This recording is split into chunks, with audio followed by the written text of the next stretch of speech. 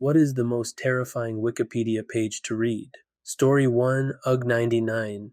Clinical description of a plant fungus that attacks wheat and rice, and is each year spreading to new countries and could, if it really takes off, cause massive global famine, especially if it takes off in Africa and Asia, where almost none of their crops are resistant to it, and it can cause 100% crop failures. Just like, one more thing to worry about, I guess, but I was kind of surprised when I stumbled across it, after seeing it mentioned in a book about famine. Story 2. This section of the guillotine page is pretty good. It's a first-hand account of the reactions of a man's decapitated head. Here, then, is what I was able to note immediately after the decapitation. The eyelids and lips of the guillotined man worked in irregularly rhythmic contractions for about 5 or 6 seconds. This phenomenon has been remarked by all those finding themselves in the same conditions as myself for observing what happens after the severing of the neck. I waited for several seconds. The spasmodic movements ceased. It was then that I called in a strong, sharp voice. L'anguille!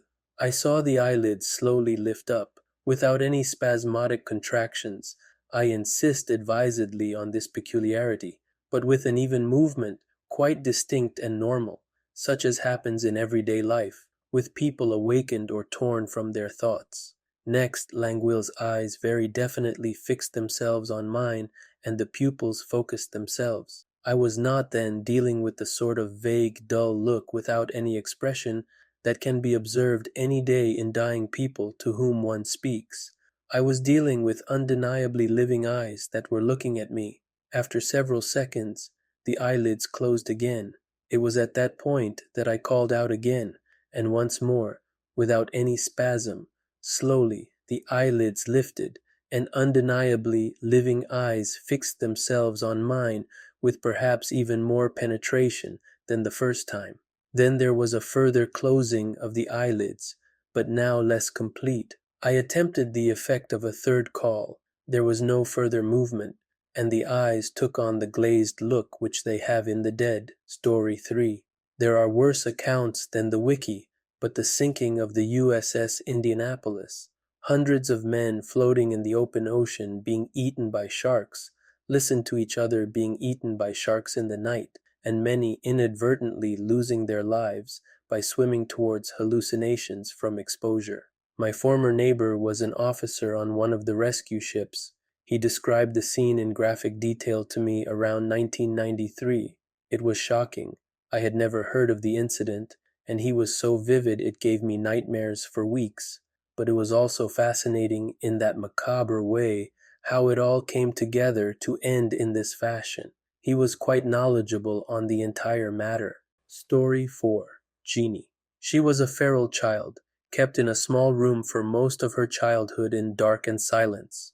As a result, she suffered catastrophic developmental complications, like nothing seen before or since, some related to isolation and a lack of depth perception due to her small quarters. The system failed her entirely after she was found and rescued from her crazy, abusive father.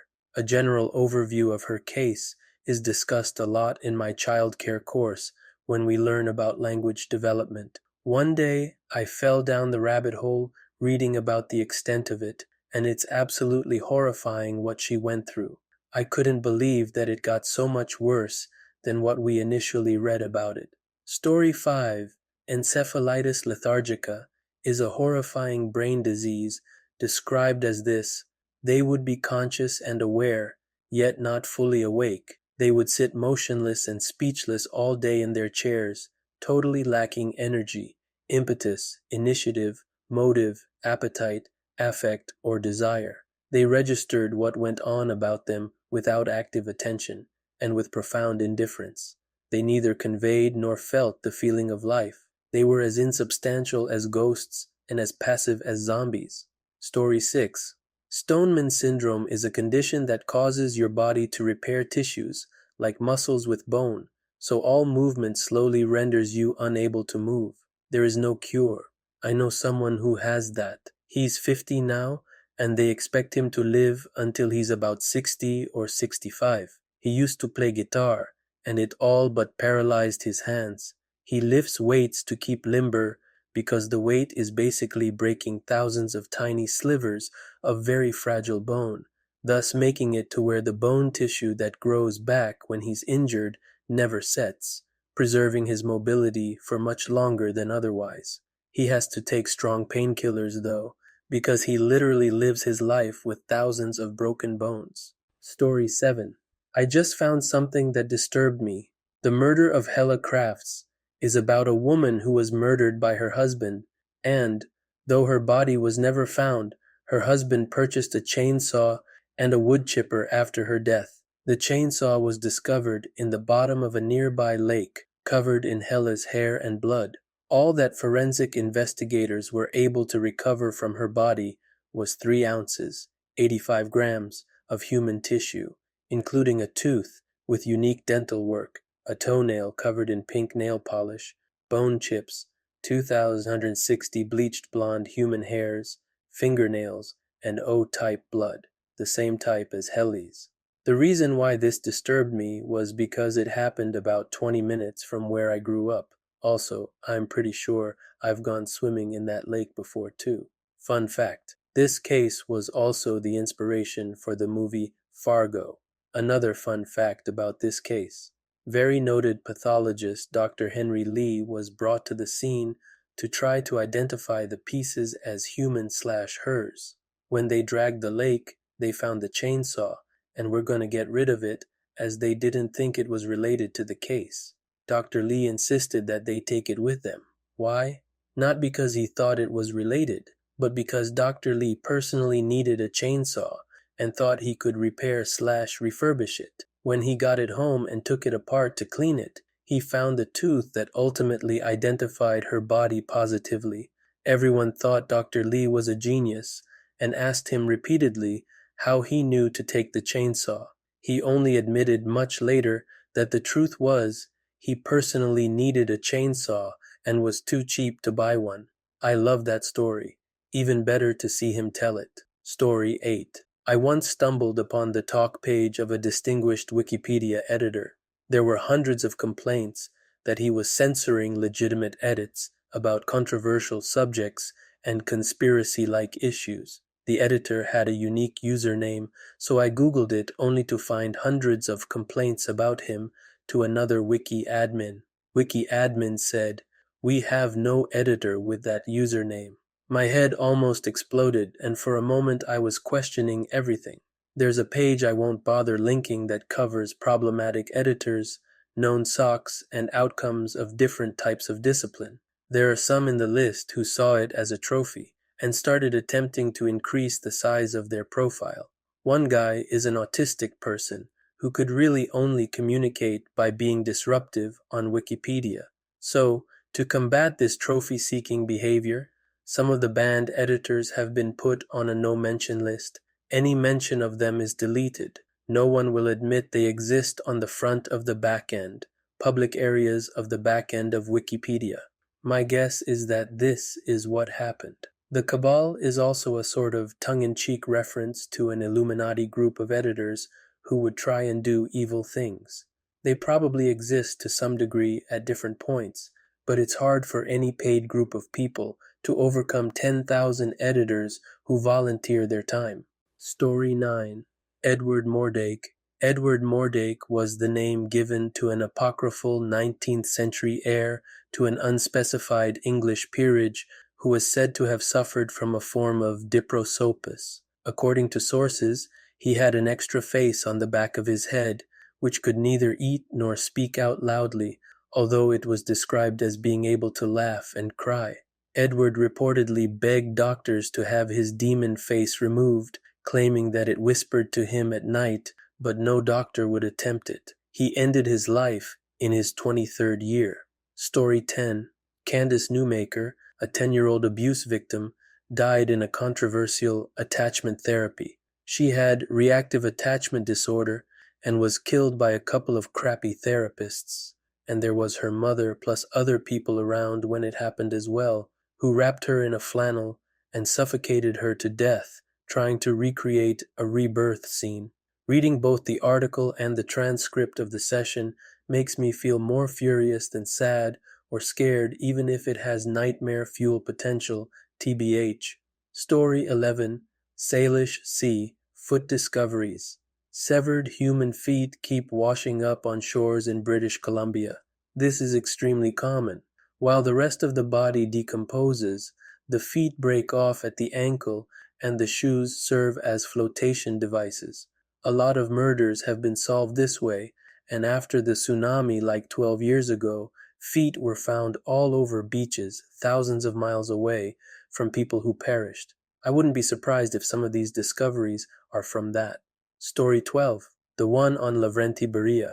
You think you've met a monster? Then you get to the last section. Just a note, this dude was in power during the height of Stalin's power. Stalin had purged all of his rivals from power, instituted a cult of personality around him, and was in direct control of a third of the world's population. He warned his daughter to stay away from Beria. That's how evil Beria was, that he could instill the fear of a parent into the heart of one of the most powerful leaders the Soviet Union has ever had. Story 13. The U.S. Air Force dropped 2 nukes on a small town in North Carolina. To most people, this is a pretty terrifying prospect. As someone who lives just a few miles from the site, it's a reminder of how close my current life came to not existing. Every person responsible for my life, my wife's life, and by extension, our daughter's life, would have died 20 years before either of us was born. That's just damn it scary. I find things like this intriguing. My paternal grandfather served in the Pacific Theater of World War II. One day he was by himself in a field and he saw a Japanese Zero fighter bearing down on him. He figured that it was the end and quickly tried to make his peace with what was about to happen. But then, instead of firing, the Japanese pilot just waved at him and flew away. If some random Japanese pilot hadn't been in a good mood that day, I wouldn't be here right now. Story 14, Cluster Headaches. I had minor headaches 4 years ago and got diagnosed with cluster headaches. The doctor decided not to tell me the degree a cluster can come to. Minor cluster headaches are apparently very common, but the extreme ones are absolutely horrifying. Worst pain a person can go through, and it's not even a physical thing, just hurts a lot, more than getting your leg amputated without drugs. I remember reading the wiki page and watching YouTube videos. Haunted me for life. Story 15, Sleep Paralysis. Sleep paralysis is when, during awakening or falling asleep, a person is aware but unable to move. Sounds such as voices, whispers, and roars are also experienced. Sleep paralysis may include hallucinations, such as a supernatural creature suffocating or terrifying the individual, accompanied by a feeling of pressure on one's chest and difficulty breathing. Another example of a hallucination involves a menacing, shadowy figure entering one's room or lurking outside one's window while the subject is paralyzed. Story 16, Jerome, the Shoe Fetish Killer, Brudos. This story is particularly terrifying for me personally, as one of my friends in middle/high school lived in Jerry Brudos's old house. If you know Salem Orr, it is within line of sight of the health department and juvenile hall and within 1 city block of Oregon State Hospital. I learned about this story after playing Halo 2 in the wee hours of the morning, in the garage that was his office, aka trophy room. The intercom was removed. About Jerry himself. His victims were targets of opportunity, bodies were mutilated, and he wore the clothing of his victims later for his own pleasure. Even more terrifying, he attempted to get out on parole many times. He did die in jail, thank God. Even more ridiculous was that he had a wife who never picked up on the multiple dead and dismembered women in her home in the year that he was the shoe fetish killer. Story 17, Pascal's Wager, leads to the idea that a rational person should act as though God exists to avoid the possibility, no matter how slight, of infinite punishment. This leads to the ridiculous Roko's Basilisk, where you can sub out God for a malevolent time-traveling artificial intelligence. This leads to the Bitcoin Basilisk, a time-traveling AI that uses humanity's inherent greed to build a computing infrastructure powerful enough to birth the time-traveling AI. If I understand correctly, the premise of Roko's Basilisk isn't that the AI is time-traveling. It's that it can theoretically gather enough information on people in the present day to create self-aware simulations of them in the future and torment them endlessly if the real people didn't contribute sufficiently to its creation. Thus, if you don't work hard enough toward having it built, when others do, it will spitefully create AI copy you and torture it forever. And you can't be 100% certain that you're really you and not just AI copy you before the torture begins.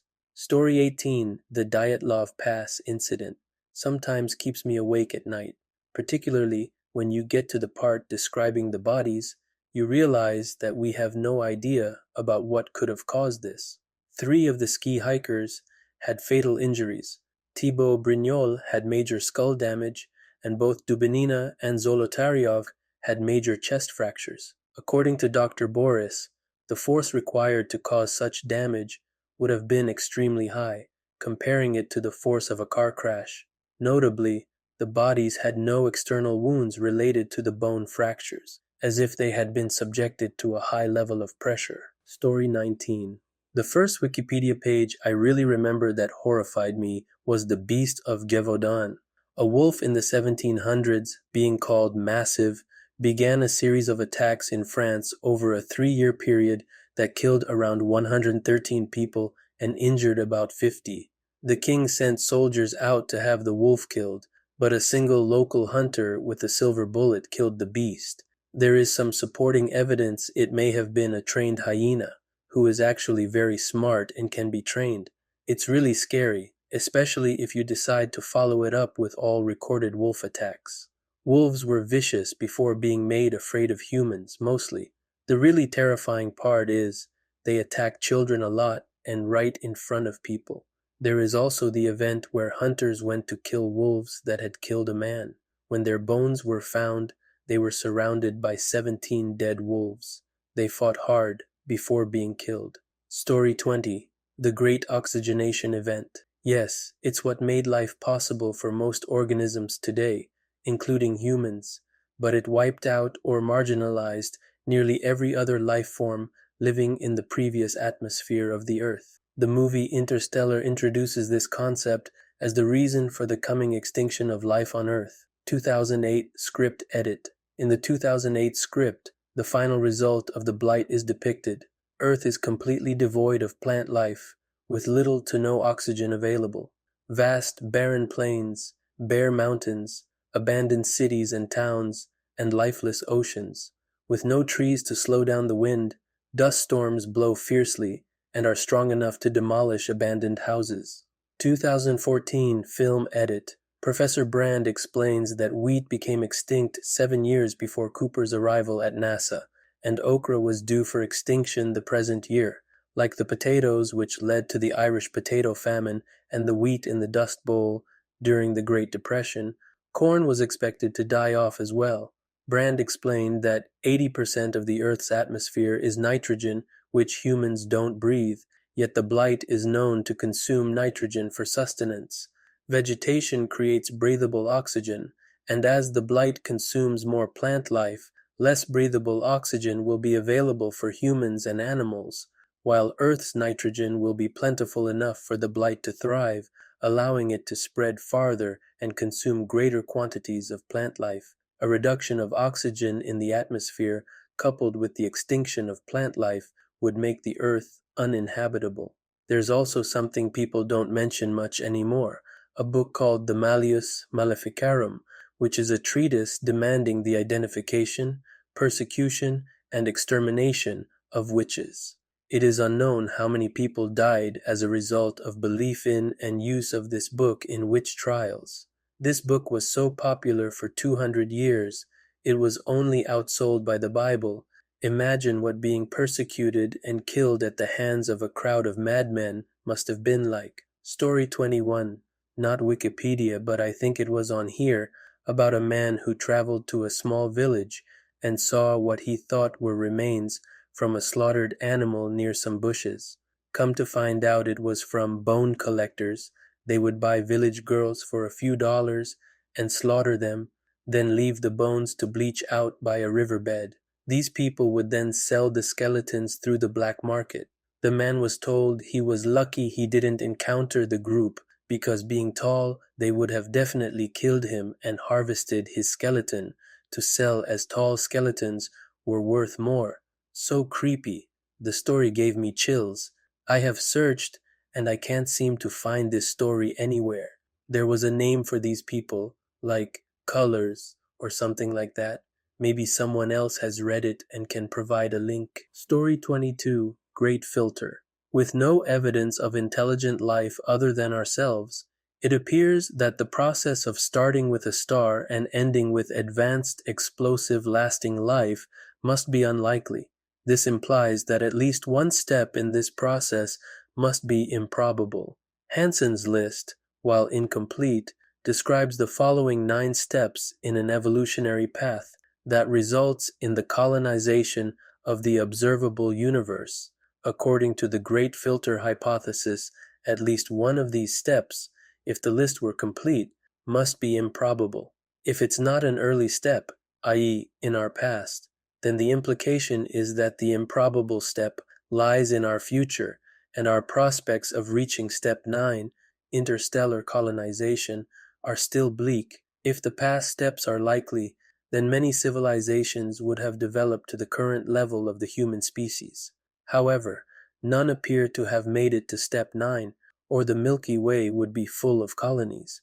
So perhaps step 9 is the unlikely one, and the only thing that appears likely to keep us from step 9 is some sort of catastrophe or resource exhaustion leading to the impossibility of making the step due to consumption of the available resources, like, for example, highly constrained energy resources. So by this argument, finding multicellular life on Mars, provided it evolved independently, would be bad news, since it would imply steps 2 to 6 are easy, and hence only 1, 7, 8, or 9, or some unknown step, could be the big problem. Story 23. Fatal familial insomnia. Fatal familial insomnia is an extremely rare autosomal dominant inherited prion disease of the brain. It is almost always caused by a mutation to the protein PRPC, but can also develop spontaneously in patients with a non-inherited mutation variant called sporadic fatal insomnia. FFI has no known cure and involves progressively worsening insomnia, which leads to hallucinations, delirium, confusional states like that of dementia, and eventually death. The average survival time for patients diagnosed with FFI after the onset of symptoms is 18 months. Story 24. I recently learned of the case of Sally Clark. In late 1996, her infant son died. By 1998, she had another son, and he died in a similar manner. As a result, she was arrested and charged with murder. In the trial, the prosecution brought in an experienced pediatrician, Professor Sir Roy Meadows, to try and prove that it could not have been sudden infant death syndrome. Meadows said that the probability of a child dying of SIDS in a similar family to Clark's was around 1 in 8,500. To get the probability for 2 children, he made a massive statistical error. He squared the amount to get 1 in about 70 million, without considering another potential cause. Based on this evidence, Sally Clark was imprisoned. As a supposed child killer, being a solicitor, and the daughter of a police officer, she had a particularly traumatic time. 4 years later, in 2003, she was finally released on appeal. The prosecution's pathologist failed to disclose reports suggesting her second son actually died of natural causes, but the trauma of her ordeal was too great. 4 years later, in 2007, Sally Clark died of alcohol poisoning, an ordeal after tragedy because of numerical incompetency. Story 25. Humans. On slow days at work, I can spend hours stuck in a wiki hole. My favorites are the weird and creepy ones, the serial killers, the unexplained, unsolved, Came across this on another list of weird pages, and the OP had this to say: "It's super unsettling because it genuinely sounds like how aliens or some other form of life would describe a species under controlled observation. Not only is it creepy as hell, but it's also really long, and you'll probably learn something about yourself. You're welcome." Story 26. There are some pretty horrifying things here, and this isn't as bad as the worst of it, but it did shake me.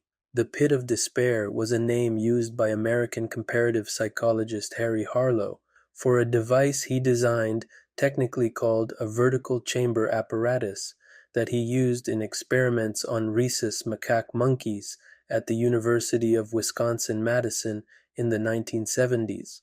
The aim of the research was to produce an animal model of clinical depression. Story 27.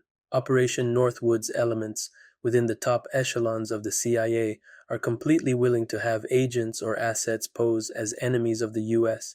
and then commit acts of terrorism and violence upon U.S. citizens, all to drum up U.S. public support of a military campaign against said enemy. Yes, we will commit terror on our own citizens to sway public opinion. The one person who prevented Operation Northwoods from taking place, President JFK, was assassinated roughly a year later. Don't take my word for it. Read the declassified documents of Operation Northwoods yourself. It's in the public domain, can be found on the Wikipedia page.